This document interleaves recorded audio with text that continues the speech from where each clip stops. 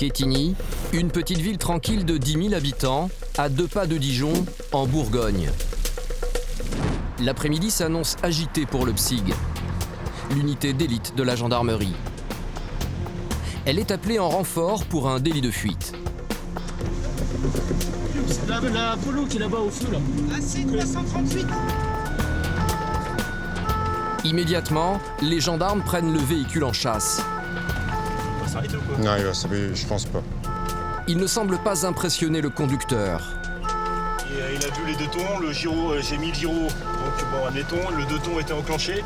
Déjà, nos collègues au rond-point de la visitation, il a fait un refus d'obtempérer parce qu'ils lui ont fait signe de s'arrêter et le monsieur était délié ne pas vouloir s'arrêter. En fait, en gros, c'est lui qui décide, voilà, s'il veut s'arrêter ou pas. L'homme s'engage sur le parking d'un centre commercial et se gare comme si de rien n'était. À l'intérieur du véhicule, un jeune homme d'un bon gabarit et apparemment plutôt calme. Le permis de conduire, le permis de conduire. La situation s'envenime, son ami tente de s'interposer. Reculez, reculez. Reculez, madame, reculez. Reculez, s'il vous plaît. Voilà, vous reculez. D'accord? Reculez, madame. Le rebelle devient maintenant menaçant. Voilà. Donc, est-ce que vous avez le permis de conduire? J'ai le permis de conduire, regarde, ce soir. Regarde, tu vois, tu verras, ça va être non. Oh, c'est bon, là, les mecs. Enlève ton uniforme, t'es un homme ou pas? Enlève-le. Arrête de cracher dessus, alors. Enlève ton uniforme. Une provocation malvenue, les 4 gendarmes décident de le ceinturer. Une interpellation mouvementée car l'homme ne se laisse pas faire. Passe la main dans le dos. Tiens, je me mets. Je me mets. Oh, les gars. Passe la main dans le dos. Tiens. On est bon. Mets ta main dans le dos, t'as dit. C'est quoi que tu comprends pas? Le permis, monsieur, quand on vous le demande, vous nous le donnez, tout simplement, comme tout le monde. Mais moi, non, je pense français. D'accord, si vous voulez jouer, vous jouez, mais vous perdez. Pourquoi vous arrêtez pas quand on vous demande de vous arrêter? Mais tu sais faire un contrôle. Vous êtes là, vous me dites venez, je suis pas votre chef. Tu veux me contrôler, tu me parles la route, voilà, tu viens. Ils sont venus, regarde, je me suis arrêté. Je vous ai pas tutoyé, moi. L'homme n'est pas un inconnu de la gendarmerie. C'est rien. On savait très bien que il va essayer de jouer un petit peu, et puis...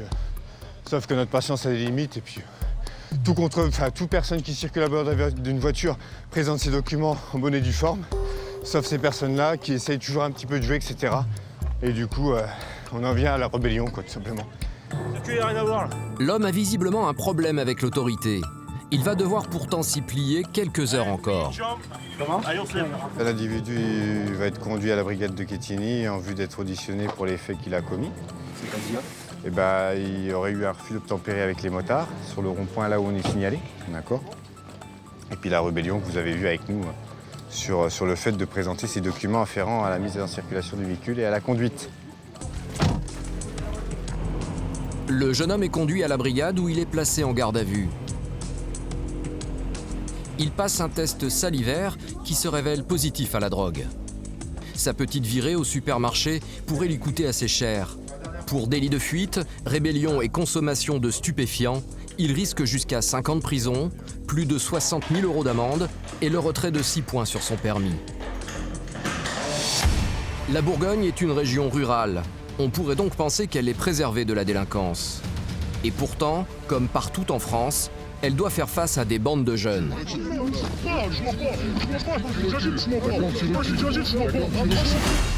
Pour les stopper, les gendarmes, ce sont des militaires à toute épreuve. Ouvrez, c'est la gendarmerie. C'est la gendarmerie. Vous pouvez tenir le chien, s'il vous plaît? Quand ça chauffe, c'est le PSIG, l'unité d'élite qui intervient. Son objectif, neutraliser les individus les plus dangereux. L'autre mission de la gendarmerie, traquer les chauffards. Leur territoire de chasse, l'A31, une des autoroutes les plus fréquentées de France. 170. J'imagine c'est ce qu'on vous a fait. Face aux gros délinquants de la route, les gendarmes de Bourgogne ont de quoi contre-attaquer. À leur disposition, ce bolide et son pilote. On sent qu'on a la puissance pour aller chercher les véhicules, pour bien travailler, quoi. Mais aujourd'hui, avec les nouvelles technologies, le travail des gendarmes se complique. Je suis juste en train de regarder sur Oise au bout de combien de temps on va être signalé. En quelques secondes, ils sont repérés. Vous entrez dans une zone de contrôle. C'est vrai que c'est agaçant de voir à longueur de journée d'être signalé. Dès qu'on est signalé, après ça sert plus à rien de rester là 12 heures. Donc on a tendance à changer d'endroit. Plus surprenant, et c'est une particularité de la Bourgogne, la gendarmerie doit affronter un nouveau type de délinquance, le vol de vignes. Car ici, les grappes de raisin valent de l'or. C'est la matière première des grands crus comme le Musigny, le Montrachet ou encore le Romanée Conti. Il y a eu tout un tas de choses nouvelles auxquelles on ne s'attendait pas. Immersion avec les gendarmes de Bourgogne, entre délinquance des villes et délinquance des champs. Ah ouais.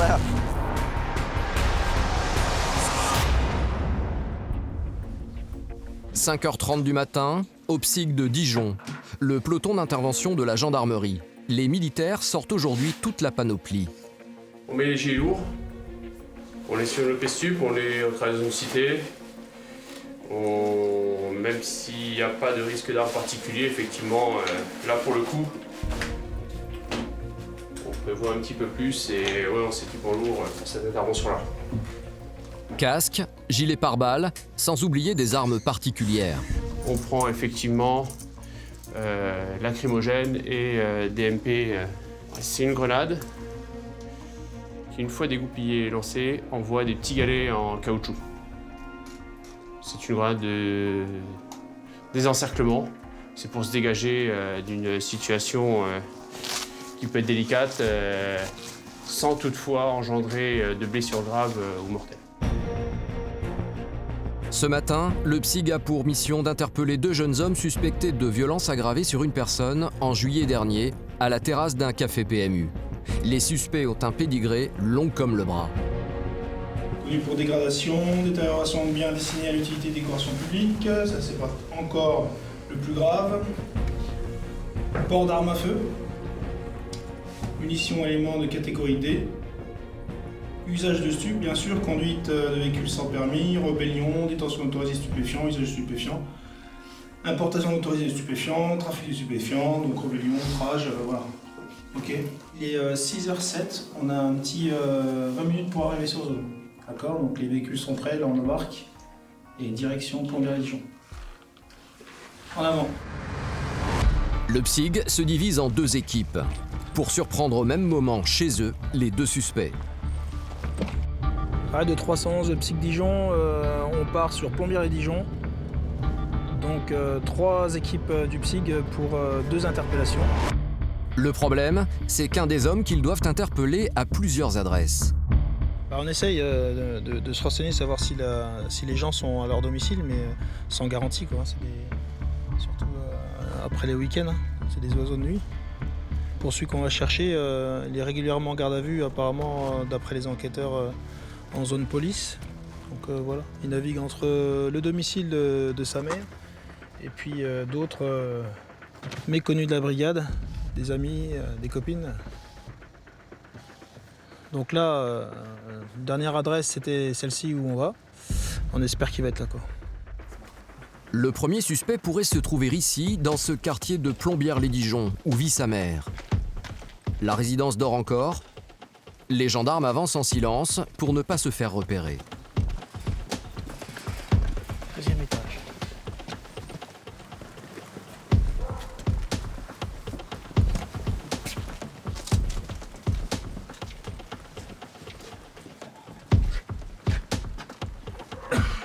Pas besoin de méthode forte. Très vite, la mère du suspect ouvre la porte. Madame, bonjour, c'est la gendarmerie. Vous pouvez tenir le chien, s'il vous plaît? Enfermez-le, c'est la gendarmerie. On rentre. Votre fils est là? Il est où? Là? Allez, rentre.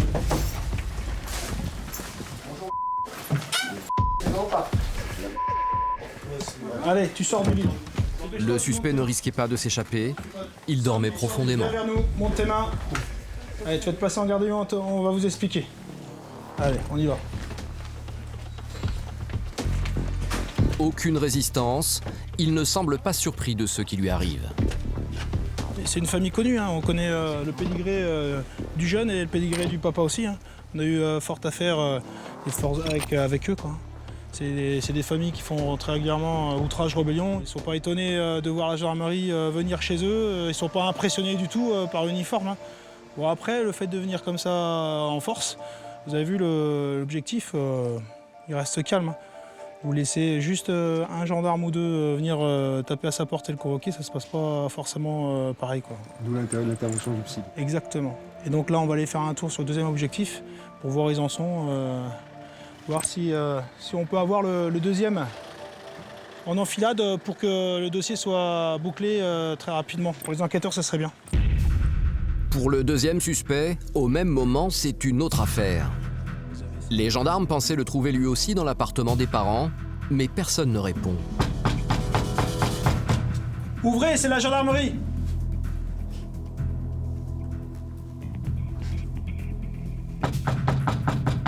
Sommeil profond, absence ou ruse, les gendarmes font appel à un serrurier pour débloquer la porte.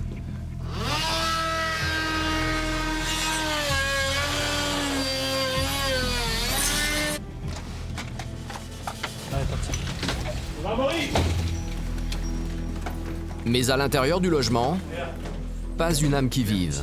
Ici. Personne. Ici. Droite. Prêt.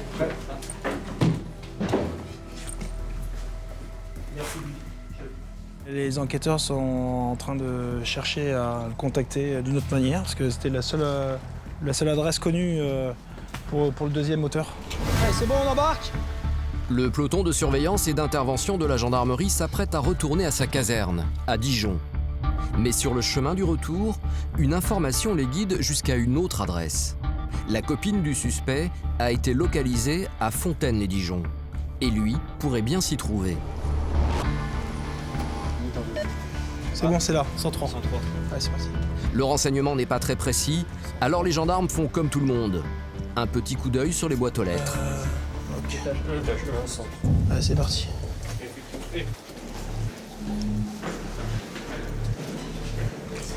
Il est 8h30. Rien ne dit qu'à cette heure, l'appartement sera bien occupé.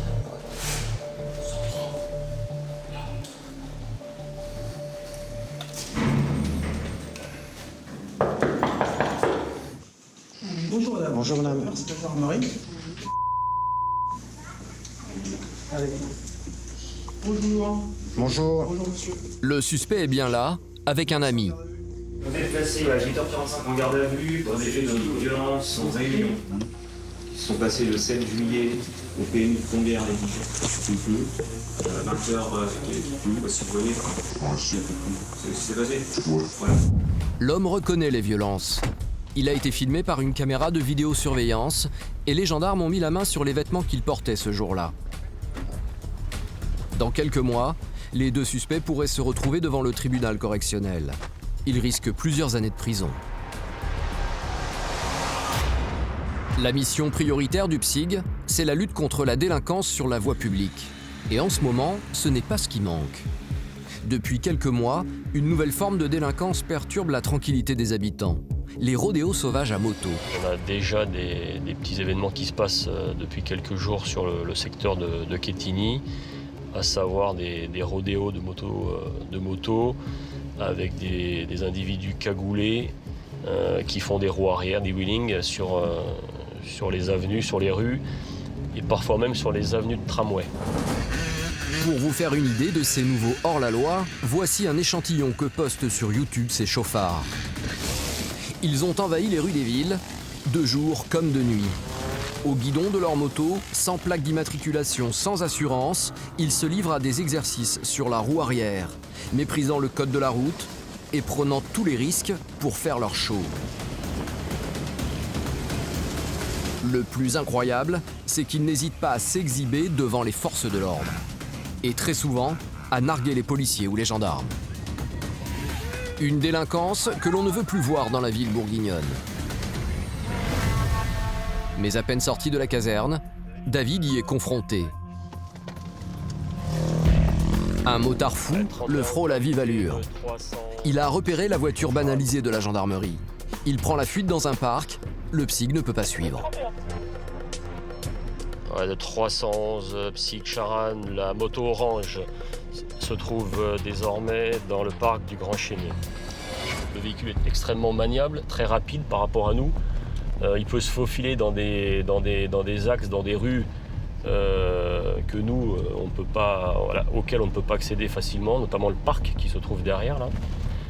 Donc là, ce qui va se passer, deux options. La plus positive, c'est qu'il se range, qu'il se cache et qu'il arrête. La deuxième, plus probable, c'est qu'il fasse ce qu'on appelle le jeu du chat et de la souris. Mais David ne compte pas en rester là. D'autant plus que le gendarme a une botte secrète. Et il compte bien l'utiliser. Des motards de la gendarmerie.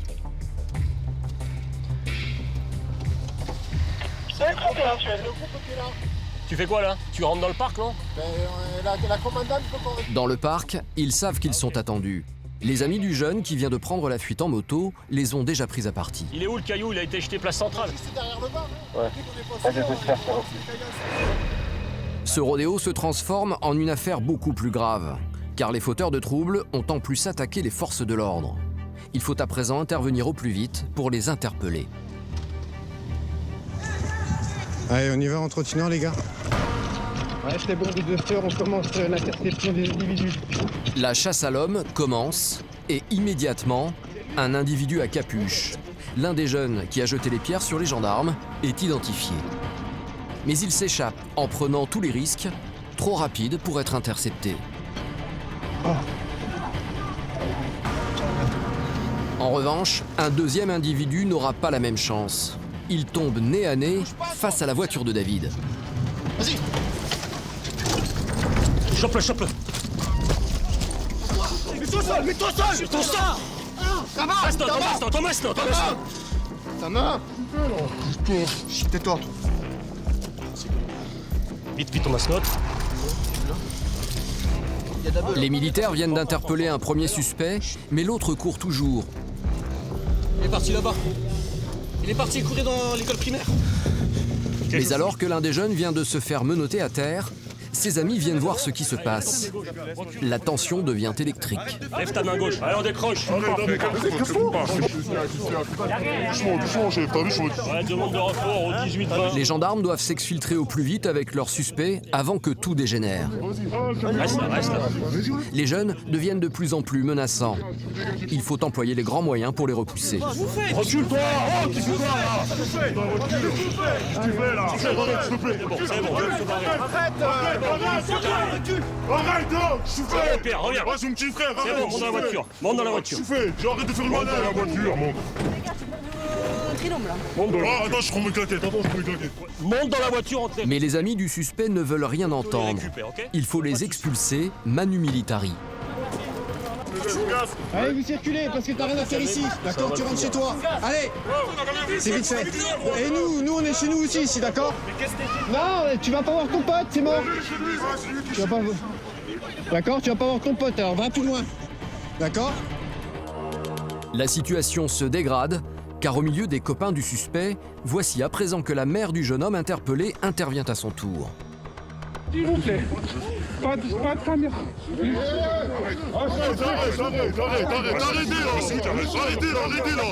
Arrêtez. C'est maintenant la famille qui fait face aux gendarmes. Quant à la mère, elle cherche à tout prix une raison pour que les forces de l'ordre ne partent pas avec son fils. Mais il est très malade, il est grave malade. Mais pourquoi vous avez fait comme ça? Elle demande que l'on desserre les menottes du suspect. Madame, je le desserre, d'accord? Calme-toi, je fais rien du tout. C'est laquelle qui t'essaie? Vas-y, je suis prêt. Oh, gros. Décale. C'est laquelle qui est trop serrée, là? Oh, tiens, enlève les menottes. Enlève-les-moi. Vas-y, t'es tout le même, tais-toi.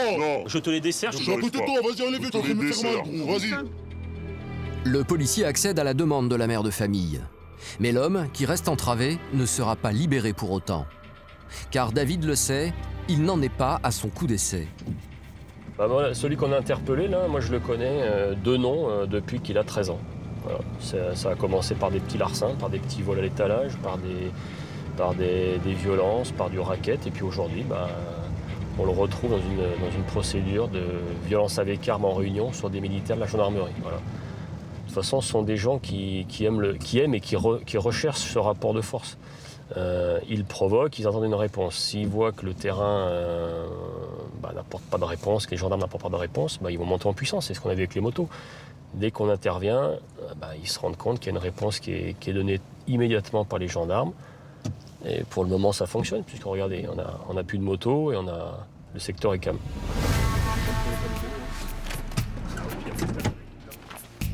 Une fois arrivé à la brigade, l'homme va être placé en garde à vue. Non plus pour délit de fuite, mais pour une infraction plus grave, avoir agressé des gendarmes, en leur jetant des pierres dessus, ce qui selon la loi constitue une circonstance aggravante. Tout dépend des motards caillassés. Est-ce que vous déposez plainte tous les mois? Ça aide. Oui, ça aide. Mon adjudant. Oui. Vous faites vous occuper du placement en garde à vue. Oui. Et violence sur les Violence motards. sur dépositaire avec un par destination. D'accord. Et puis il faut effectivement qu'on procède à l'audition des deux militaires. L'examen médical pour tous les deux, ou au moins, quoi. Voilà.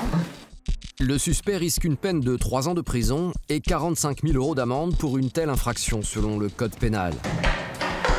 Pour l'unité d'élite, le PSIG, la mission est bouclée.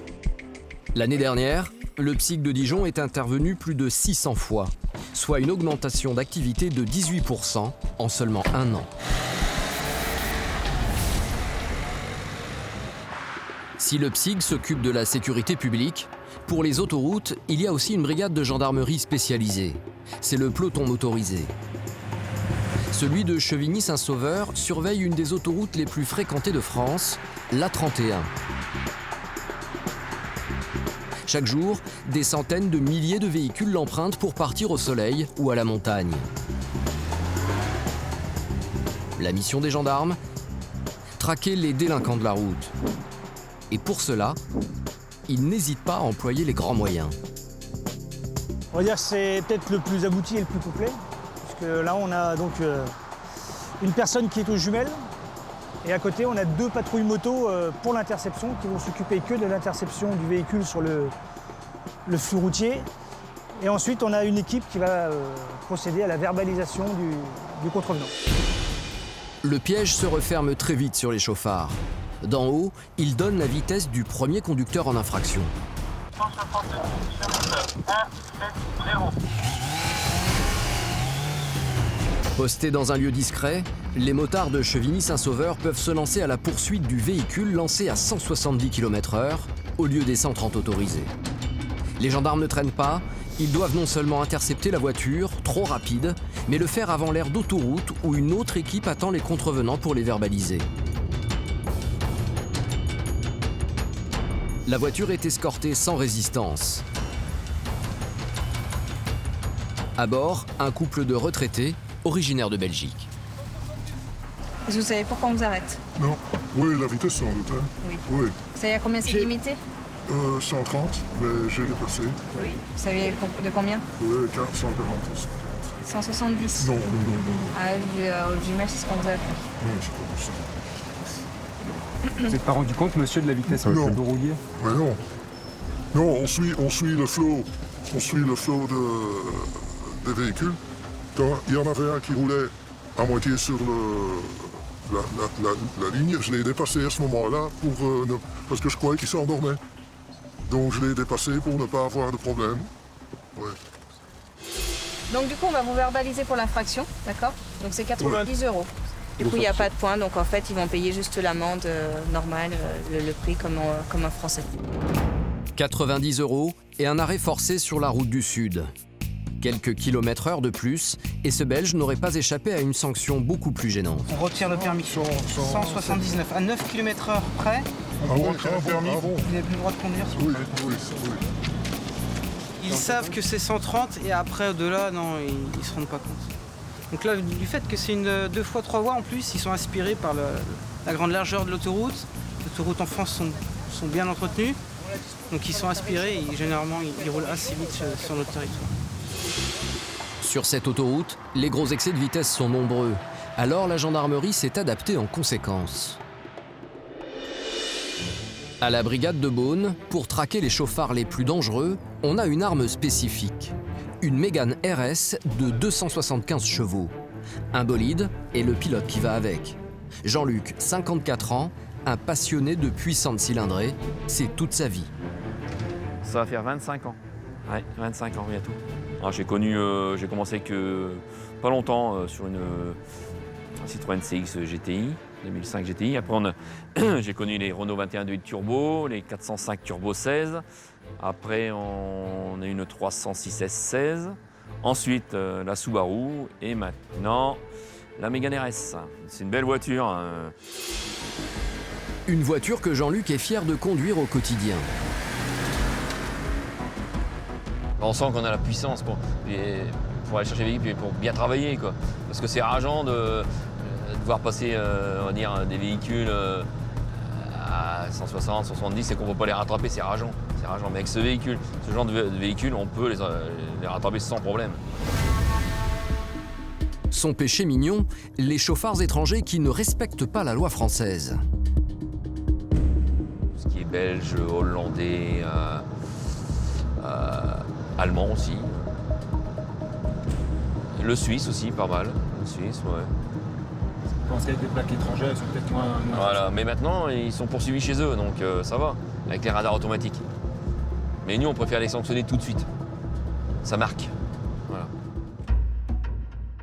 Et pour les attraper, sa technique est simple et efficace. Se garer à la sortie d'une aire de repos et se placer derrière un talus avec vue imprenable sur cette autoroute limitée à 110. 141. On y va ? Jean-Luc démarre au quart de tour.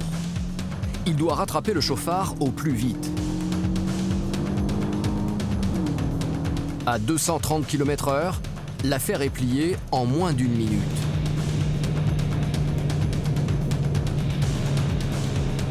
Au volant, surprise, ce n'est pas un étranger, mais un de ses compatriotes qui a appuyé un peu trop fort sur le champignon. En plus d'arrêter un conducteur en infraction, Jean-Luc peut se vanter de l'avoir pris par surprise.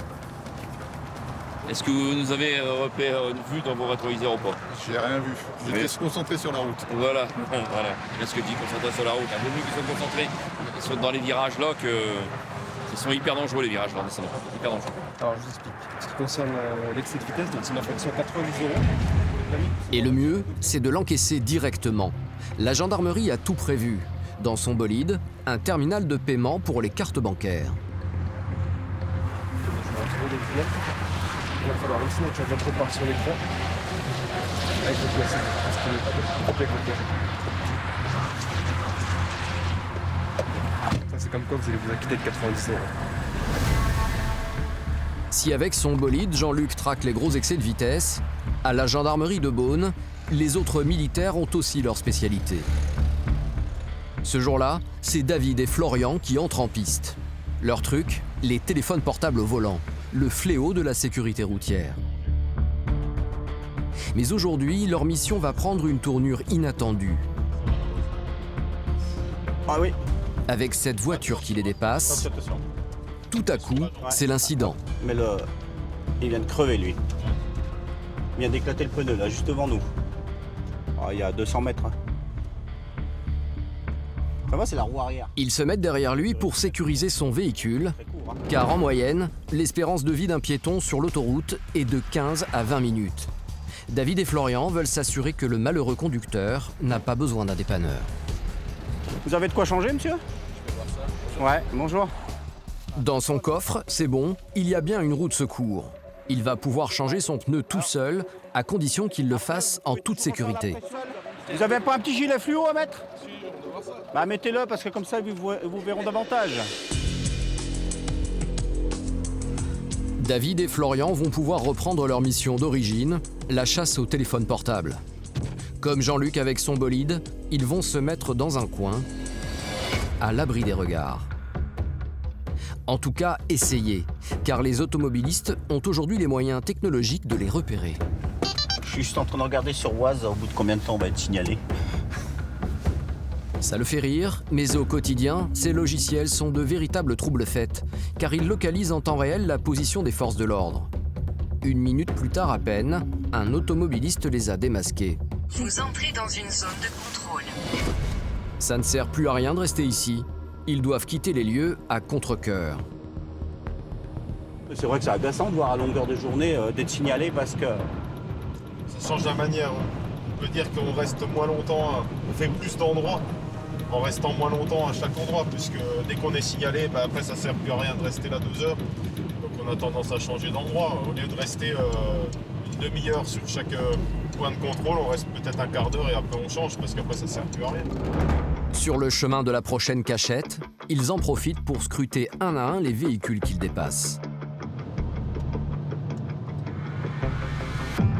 Regarde-le, il est encore avec. Et le gagnant du jour, c'est ce conducteur de fourgonnette. Il avait encore le téléphone dans la main, oui. Pour ne pas qu'il prenne la fuite, il l'escorte jusqu'à la prochaine station essence. L'homme est résigné, il sait qu'il n'échappera pas à la sanction. Bonjour monsieur. En entrant le numéro de son permis sur son téléphone, David va retrouver le pédigré du contrevenant. Apparemment, le portable, c'est son dada. Pas la première fois en plus. Le téléphone. 2015, ouais, je vois. Comment? C'est ça, par la police de Montélimar, ouais. Ouais, ouais, non mais... Il y a de points, le monsieur? 12. Il a 12 points, oui. Il les a récupérés il n'y a pas bien longtemps, je pense. Mais il ne va pas les garder longtemps. Le portable au volant, c'est 3 points en moins. Je l'ai vu, mais c'était trop tard. J'aurais vu dans le rétro, j'aurais posé mon téléphone comme tout le monde. Après, oui. Les mails, c'est pas à faire, les conneries comme ça, après, c'est entre la loi et ce qu'on nous demande si on veut garder notre emploi, donc... Bonne fin d'après-midi. Au revoir, merci. L'année dernière, presque 5000 personnes dans le département ont été arrêtées pour usage de téléphone portable au volant. Entre la sécurité routière et la délinquance de voies publiques, les gendarmes de Bourgogne ont déjà fort à faire. Mais ils doivent, en plus, lutter contre les cambrioleurs. Là encore, la gendarmerie est en première ligne. Pas une journée sans vol avec effraction dans le secteur. Et ce soir ne fait pas exception à la règle. Ou une constatation de cambriolage. Arnaud et sa collègue Élodie ont l'habitude de ces situations délicates. Ils ont une petite inquiétude. Ce serait bien qu'ils polluent pas la Seine. Ils savent que généralement, les propriétaires ont la fâcheuse tendance à tout remettre en place avant leur arrivée. Ils privent ainsi les enquêteurs de précieux indices. C'est donc armés de leur mallette d'experts que les gendarmes vont à la rencontre des victimes. Ouais. Heureusement, cette fois, ils attendent sagement sur le pas de la porte. La scène est intacte. Bonsoir. Les victimes étaient de sortie ce soir. 2 heures d'absence fatale. Je sais pas quand est-ce que c'est joué, entre 7h55 et 22h10. Oui, parce qu'on Puis apparemment que l'or. C'est l'or, des perles, Enfin, tout ce qui est monnayable, les ordinateurs sont restés, le portable était branché en charge, ils n'ont pas pris. Arnaud fait le tour du pavillon. Il vérifie chaque entrée possible. Et pour lui, les cambrioleurs se sont introduits dans la maison par ces 2 porte-fenêtres. La difficulté, c'est de savoir par où ils sont passés. Moi, je pense que c'est l'autre porte, hein, mais je vérifie au cas où. Hein. S'ils ont tenté de pénétrer ailleurs. Mais... il y a trop de jeux. Hein. Effectivement, les voleurs sont bien passés par là, laissant derrière eux des traces évidentes de leur effraction au tournevis. Et à l'intérieur, il y a d'autres preuves de leur visite nocturne. Le vin, c'était cette bouteille? Ouais, elle était sur notre vin de table, hein, c'est ce qu'on a bu avant de partir. Du vin pour enlever les traces ADN. Sur un 5 cambrios, donc ils font ça avec ce qu'ils ont trouvé. Là, en l'occurrence, c'est du vin. Il n'y a plus rien. S'ils ont eu cette précaution, ils ont certainement eu la précaution de... Porter des gants à minima, oui, je le pense. Tout à fait. Pour Arnaud, le vol est signé. Ce sont des professionnels qui ont frappé. Car à l'étage, les hors-la-loi ont même fait le tri. Ils sont vraiment concentrés sur l'or, ils n'ont pas touché aux guitares, pas touché aux montres. Ni au portable, ni au papier. Vous avez les passeports qui sont étalés par terre, la carte bancaire qui n'est pas touchée. Enfin, d'accord. Ma femme vérifie pour la sienne. J'avais pris l'habitude de laisser une lumière allumée. Il paraît que ça les dissuade un peu et je suis pas partie.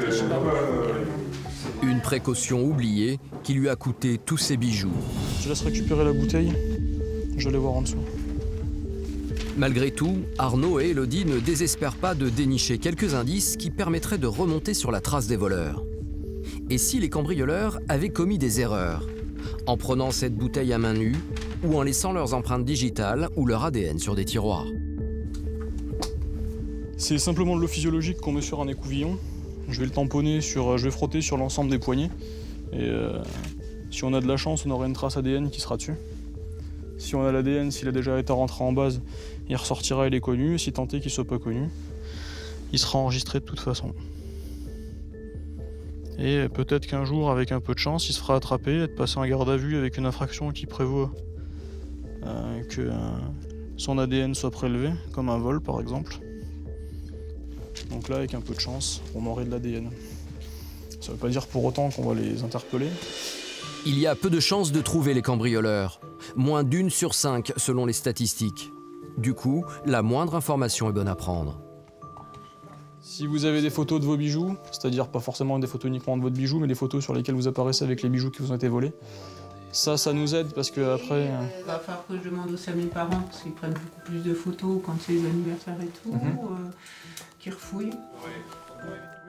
En France, ces voleurs appartiennent souvent à des gangs des pays de l'Est. Et quand ils passent dans le secteur, ils s'attaquent aussi bien aux particuliers qu'aux commerçants. Certains ont même été cambriolés à plusieurs reprises, comme ce concessionnaire de voitures haut de gamme. Bonjour. Bonjour, Saint Durand, Messieurs, comme des Louans. Bonjour. Cette fois, les cambrioleurs ont fait main basse sur des GPS dernier cri. Mais quelques semaines auparavant, ils se sont attaqués à l'intérieur des véhicules. En fait, il y a 4 véhicules qui ont été cassés, qui ont été gazés. Vous voyez, ça, c'était une Golf, par exemple. Et vous voyez que l'intérieur, il n'y a plus un siège dedans, il n'y a plus un panneau de porte, il reste que le volant, quoi. Ce n'est pas un cas isolé. C'est une nouvelle tendance en France et notamment en Bourgogne. Les délinquants ne prennent plus le risque de voler des voitures, trop risquées à écouler. En quelques clics, il est plus facile et rentable de vendre des accessoires volés. Neufs, certains intérieurs cuir avec siège et banquette coûtent des milliers d'euros. Des pièces détachées volées, bradées sur Internet. Un business rentable. Face à ces cambriolages d'un nouveau genre, la gendarmerie n'est pas restée les bras croisés. Elle a décidé de contre-attaquer. Direction la caserne d'Auxerre et plus particulièrement son centre opérationnel. C'est ici qu'est expérimenté depuis 3 mois un nouveau logiciel conçu par des experts de la gendarmerie. Bonjour messieurs. Son but, déterminer les futures zones de cambriolage. Ce logiciel nous permet par ailleurs de pouvoir confronter ce que lui avait prédit avec ce qui s'est produit réellement. Donc pour prendre l'exemple de la communauté de brigade de Toussy, vous pouvez voir les zones de chaleur qui étaient prédites et on s'aperçoit qu'à peu de choses près, les faits qui se sont commis, ce sont les petites gommettes, ne sont quand même pas très loin de ce que le logiciel avait prédit. Le secteur de Toussy est justement pointé du doigt. Du coup, les gendarmes multiplient les patrouilles dans les environs. Un simple portail ouvert, c'est suffisant pour alerter Régis et Anne-Éléonore. Deux véhicules là, un Manitou sur la gauche et c'est ouvert. Sur place, pas de voleurs, mais la propriétaire des lieux. Oui, c'est parce qu'on passe un petit peu en surveillance, on voit que c'est grand ouvert. Grand ouvert là, c'est parce qu'actuellement il s'en sert, mais on ferme tout, on est sous alarme. Moi, ma maison, j'ai été cambriolée 2 fois. Ici, la nuit, ça sonne, ça circule. Hein. Ah, tout à fait. Toutes les nuits, enfin pas toutes les nuits, mais c'est très souvent. Cambriolée à plusieurs reprises, en cas de prochain vol, elle n'hésitera pas à se défendre toute seule. Oh, mais moi, ils viennent chez moi, je me défends. Hein. Ah oui, mais tout à fait. On me met en prison si on veut, mais moi, je me défends. Mais avant ça. Nous, on a travaillé toute une vie pour avoir ça. C'est pas ceux qui font rien qui vont venir nous prendre ce qu'on a. Hein. Tout à fait. Moi, je me défends. Je vais pas les tuer. Alors, ce que je vais vous proposer, c'est qu'on vous défende aussi, madame. Ce que je vais vous demander de faire. J'y crois pas. Oh, mais ils ont trop de territoire. C'est un grand territoire rural. Bah, je pense, hein. Bon, et puis ils peuvent pas être partout. Et puis, vous savez, ils sont très rusés, nos voleurs. Il y a les portables, hein. Eh ben, et nous, alors, nous ne sommes pas rusés. Oh. Demain, j'ai vu qu'il y a une réunion à la mairie. Et effectivement, les gendarmes ont plus d'un tour dans leur sac. Leur objectif, faire de cette dame un brin désabusé, une informatrice. Ah, voilà. Ce dispositif est appelé participation citoyenne. Un programme mis en place par les gendarmes. Le but, les aider au mieux à surveiller leur immense territoire. 250 de retour, tu as reçu? On a beaucoup de communes, on a beaucoup de faits d'atteinte aux biens, on a du personnel, mais on ne peut pas tout couvrir. Et à ce titre, on a besoin de citoyens qui vont être nos yeux et nos oreilles. Et la participation citoyenne, je dirais qu'elle va encore au-delà de la lutte des atteintes aux biens. Elle va reprendre un petit peu ce qui a été perdu depuis quelques années, c'est-à-dire la citoyenneté, c'est de s'occuper un petit peu, je dirais, entre guillemets, de son voisin. C'est de rappeler aux gens qu'il faut également s'occuper des autres. Un dispositif qui a déjà fait ses preuves. Grâce à la vigilance des citoyens, les cambriolages ont chuté de 70% dans le secteur. Les gendarmes ont pu en plus récupérer une partie des objets volés qui sont stockés dans un entrepôt à côté de la brigade. Il y a surtout l'électroménager, de l'outillage qui est bien négociable. Des outils agricoles, tronçonneuses, débroussailleuses, tout ce qui peut très bien se vendre aussi sur le Bon Coin ou alors directement sur les vides-greniers, sans qu'on ait une traçabilité effective. Voilà, tout ce qui se négocie rapidement. Si sur les cambriolages, les résultats des gendarmes sont incontestables, aujourd'hui, ils doivent faire face à des vols d'un autre genre qu'ils n'ont jamais vus jusque-là.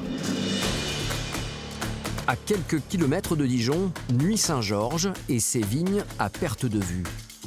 Ces grappes de raisin valent de l'or, car c'est ici qu'on fabrique les plus grands crus, comme le Musigny, le Montrachet ou encore le Romanée Conti. Des bouteilles qui coûtent plusieurs milliers d'euros à la revente. Des trésors souvent stockés au sein même des domaines viticoles, dans d'immenses caves. Des produits de luxe convoités de tout temps par les voleurs. Aujourd'hui, c'est nouveau, ils s'en prennent à la matière première. Il y a eu plus récemment des vols de raisin dans les vignes, il y a eu tout un tas de choses nouvelles auxquelles on ne s'attendait pas. Et effectivement, un peu partout en France, les vols se multiplient. Dans le Bordelais, mais aussi en Champagne. Parfois, ça se passe même en plein jour et le pillage est intégral. Une catastrophe pour les vignerons qui ont appelé à l'aide la gendarmerie. Nous, on n'est pas des professionnels de la sécurité, c'est eux qui nous renseignent et puis qui nous aident à justement compléter le dispositif. Pour protéger sa vigne, ce vigneron a réussi à installer des caméras de vidéosurveillance. Il a fallu un agrément. La gendarmerie a appuyé sa demande. Sans elle, cela aurait été quasi impossible. Oui, c'est ça. On les voit tous les samedis quand de réception, on patrouille. Ouais. Si on n'avait pas la vidéosurveillance, on ne sait pas où en serait la criminalité. Malgré tout, les gens les voient, ces caméras, donc ça limite, ils partent casser un petit peu ailleurs. Mais si on ne les avait pas, je pense qu'on en aurait plus de problèmes. Elle a un effet préventif, ça c'est sûr. Préventif, ça c'est sûr. Le problème, c'est que pour l'instant, peu de vignerons se sont équipés. Avec la multiplication des vols, cependant, ils sont de plus en plus nombreux à y penser. Pommard, à côté de Beaune. Dans une autre propriété viticole, ce jour-là, les gendarmes interviennent à la demande du propriétaire. Ce n'est pas suite à un cambriolage, mais pour une mission particulière. On ne le sait pas forcément, mais la gendarmerie propose un service gratuit, un diagnostic sécurité. Montrer un petit peu les choses. Je vais noter, sans vous dire ce que je note, les petits points qui pourraient être améliorés. Et puis après, je vous ferai des propositions. Vous allez voir que cette maison est une passoire. Un cambrioleur pourrait s'introduire avec une facilité déconcertante. Cette simple grille n'a pas de serrure. Elle s'ouvre même sans problème et donne accès directement sur les vignes.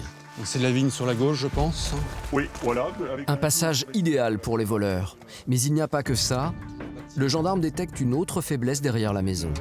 En fait, on a une seule fenêtre qui donne de la pièce de réception qui donne sur ce clos.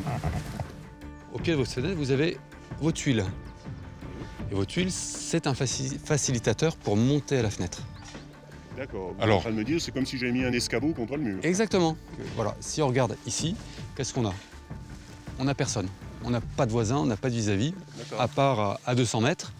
Oui. Donc s'il agit de nuit avec un petit peu de brouillard, vous pouvez être sûr, il est tranquille. Donc si vous avez moyen de déplacer vos tuiles, les mettre ailleurs, ce serait très bien. Voilà. Mais bon, placez pas l'échelle non plus juste à côté. Hein. Oui. Pour nous, c'est très important parce qu'ils ont une vision globale. Et en fait, comme toute personne, à force de vivre dans un certain lieu, on ne voit pas ses points faibles. Et puis après, l'assurance peut vous dire, oui, mais vous n'aviez pas mis telle chose en place. Et puis, on ne peut pas vous couvrir parce que justement, il n'y a pas eu ça de fait, quoi. Une porte en bois avec un...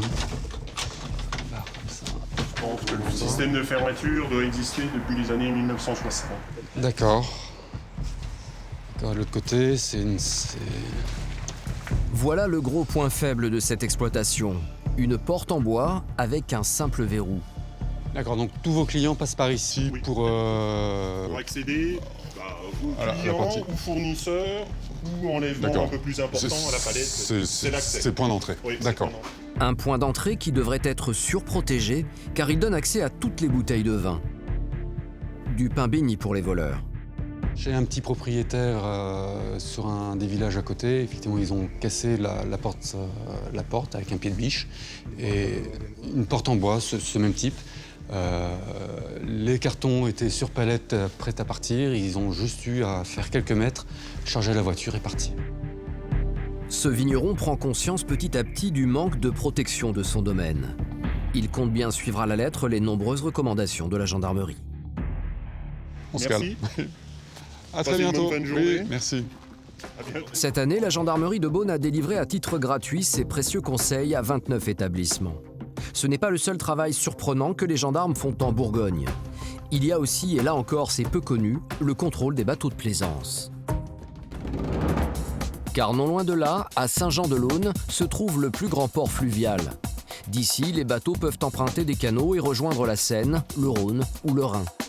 Ce n'est pas un hasard si les gendarmes de Bourgogne y ont établi leur brigade fluviale. Ce matin, elle a reçu du renfort. Le PSIC de Beaune, le peloton d'intervention de la gendarmerie s'est déplacé, ainsi que des inspecteurs du travail et les services d'hygiène. Tous vont contrôler sur l'eau et à quai cet immense bateau de croisière.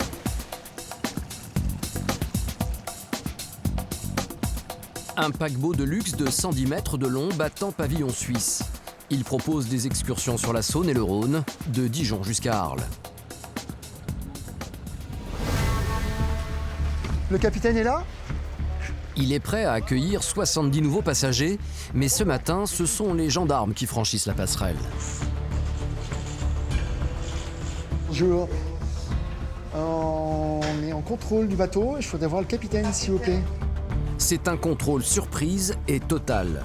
Conformité du bateau, des contrats de travail, de l'hôtellerie jusqu'aux cuisines. Vous voulez qu'on se mette où pour vis-à-vis de vos clients parce qu'ils pensent qu'il y a encore... Il est vide. Les gendarmes vont passer le paquebot au peigne fin. Il y a quelques années, un autre bateau de croisière avait été surpris ici avec des travailleurs illégaux et à la clé, une amende de 400 000 €. Par sécurité, les militaires contrôlent les entrées et même sur l'eau, les abords du paquebot. Notre présence sur la Saône, c'est assurer tout simplement un périmètre de sécurité à l'extérieur du bateau. Tout simplement s'assurer que éventuellement les personnes à bord ne se délaissent pas de produits divers par les fenêtres du bateau. Tout simplement. À l'intérieur, dans la cabine de pilotage, on vérifie tous les documents administratifs obligatoires. Et pour ce genre de bateau croisière, la liste est très très longue. On vérifie tout ce qui est administratif au niveau de la navigation, c'est-à-dire tous les permis des pilotes, les attestations de passagers, en ce qui concerne tout ce qui est secourisme, tous les équipements, les bouées, les gilets de sauvetage, les extincteurs. Voilà, tout ce qui est licence radio, AIS, radar. On vérifie que toutes les installations sont conformes à la réglementation en vigueur et puis aux révisions annuelles. On va vérifier les bouées d'or, s'ils sont en état de marche. Et puis on aura fait le tour de... Oui, on a fait le tour. Bon, je vous suis. Oui. Au même moment, dans le salon où se prélassent en principe les passagers, une autre équipe scrute à la loupe les identités des membres d'équipage. Une quarantaine en tout. Sur ces navires, le personnel est souvent étranger. Certains ont peut-être des faux papiers. Mon collègue est en train de les scanner. Et en les scannant, avec la bande MRZ, il a l'identité tout de suite. Et il vérifie que la personne n'est pas recherchée, que ce soit en France comme en Europe. Quelle nationalité Nationalité Hongrois. Et souvent dans la navigation, oui, on est confronté à de nombreuses nationalités qui travaillent à bord. L'employeur, c'est le même. What are you doing? Hôtellerie. Hôtellerie? Un à un, les employés sont convoqués pour leur contrôle. Là, pour l'instant, ils sont dans le classeur, ils arrivent en fonction de leur emploi sur le bateau. Donc pour n'oublier personne, on prend dans l'ordre du classeur, comme ça au moins on est sûr de passer tout le monde. C'est un classeur qui recense tous les employés qui sont à bord, et, avec tous les contrats de travail et tous les documents qui nous permettent de vérifier s'ils sont bien déclarés. En plus, les gendarmes ont fait appel à 2 fonctionnaires de l'inspection du travail. Des fins limiers qui sont là pour débusquer les employés non déclarés. Au même moment, en dessous, en cuisine, d'autres spécialistes entrent en scène. Ceux de la direction départementale de la protection des populations de Côte d'Or. Vous vous changez? Oui, je me change et je vous ramène tous les papiers. D'accord? De la hygiénique et tout ça? Voilà, c'est. Alors, on est avec les gens de la préfecture, de la direction départementale des protections des personnes. D'accord. Donc, ils sont vraiment, c'est vraiment leur métier. D'accord. Si vous pouvez tout me ramener, ouais, ça serait sympa. How you check the temperature of the fridge? Leur mission, contrôler les installations frigorifiques, la nature des aliments et les règles d'hygiène. Donc ça, c'est les frigos température positive. Donc, ça, c'est quoi? C'est moins 8 degrés, hein, c'est cela normalement. Moins non? Pas plus? C'est correct, hein, pour l'instant. Hein. Ouais, ouais. On a vu bien pire. À la contrôle sanitaire, on fait toujours en appui des gens de la DDPP, puisque c'est vraiment une partie vraiment spécifique. Alors on a une notion de base, bien évidemment, mais le problème, c'est après, si on se retrouve des points après vraiment bien pointilleux, qui nécessitent après de grosses procédures, ces personnes-là éditent un rapport qui va nous servir vraiment de pierre angulaire pour toutes les infractions derrière. Voilà. L'opération dure depuis plus de 2 heures. Une épreuve pour le capitaine. Enfin, le moment du bilan. Merci de votre accueil, mon capitaine. Voilà, ça s'est passé très très bien. Eh ben, c'est très bien. Voilà, sur l'ensemble des 3 points majeurs, donc que ce soit aussi bien l'équipage que sanitaire et hôtellerie. Tout va bon. Il y a des petits problèmes administratifs, mais c'est de la paperasse. D'accord. C'est classique. Sanitaire, c'est pareil, vous avez la meilleure note, le A, donc tout va bien. Eh ben, c'est très bien. Merci de votre accueil. Je suis très content. Merci. Merci. Au revoir. À bientôt. Au revoir. Encore un peu surpris par l'ampleur de l'opération, le capitaine est soulagé. Généralement, c'est des petits contrôles. Des petits contrôles simplement au niveau de la partie nautique, hein, de navigation et tout ça. Des gros contrôles, c'est le premier de cette année. Le bateau, lui, pourra charger jusqu'à 70 nouveaux touristes en provenance de toute l'Europe et en toute sécurité. Si la Saône et son charme pittoresque attirent les touristes, ça fait bien longtemps qu'elle ne fait plus rêver les gendarmes de Bourgogne. Car c'est souvent ici que les délinquants se débarrassent des voitures volées. La gendarmerie pense que des voleurs auraient immergé ici leurs véhicules pour qu'on perde leurs traces. L'origine de cette opération vient d'une enquête judiciaire pour des véhicules volés qui ont servi à faire différents périples. Les 2 plongeurs ont repéré au fond de la Saône une masse métallique qui pourrait être la voiture qu'ils recherchent.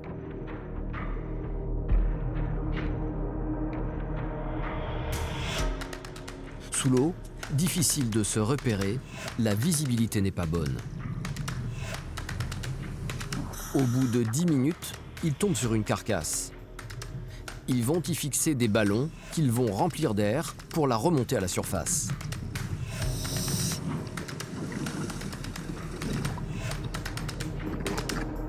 Mais problème, elle est remplie de vases. Elle est beaucoup trop lourde. Il faut donc du renfort, d'autres ballons.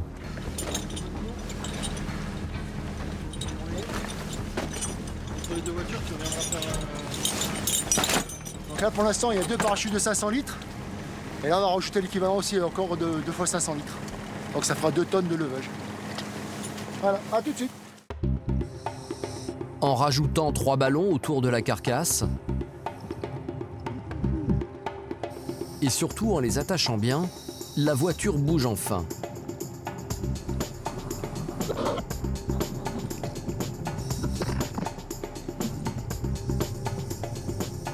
Petit à petit, elle remonte à la surface.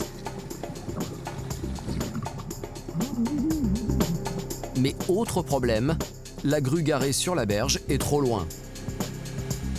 Malgré son long bras, elle ne peut pas l'atteindre.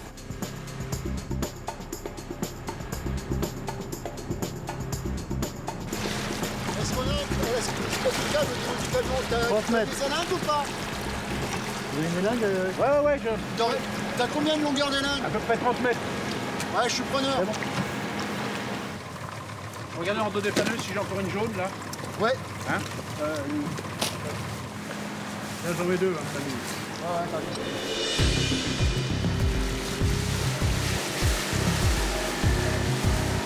Avec ces sangles, ils vont faire la jonction entre le véhicule et la grue pour la tracter jusqu'au rivage.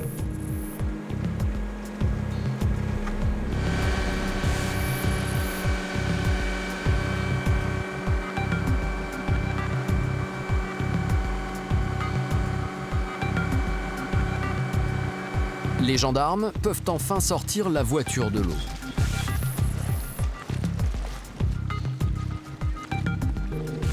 Elle est dans un sale état, quasiment méconnaissable. Cette grosse cylindrée allemande n'a pas apprécié son long séjour dans la Saône.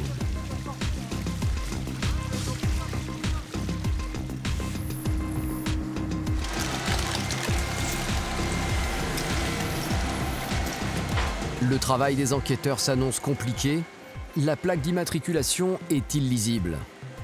Et le numéro de série est enfoui sous une épaisse couche de moule.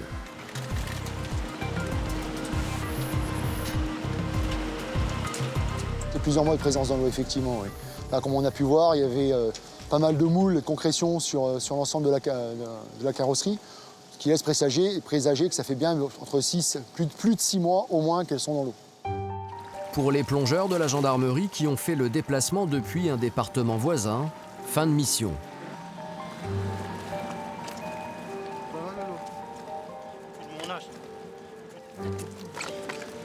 On est parti à 10h, je sais même pas l'heure qu'il est. Là, il est 1h30.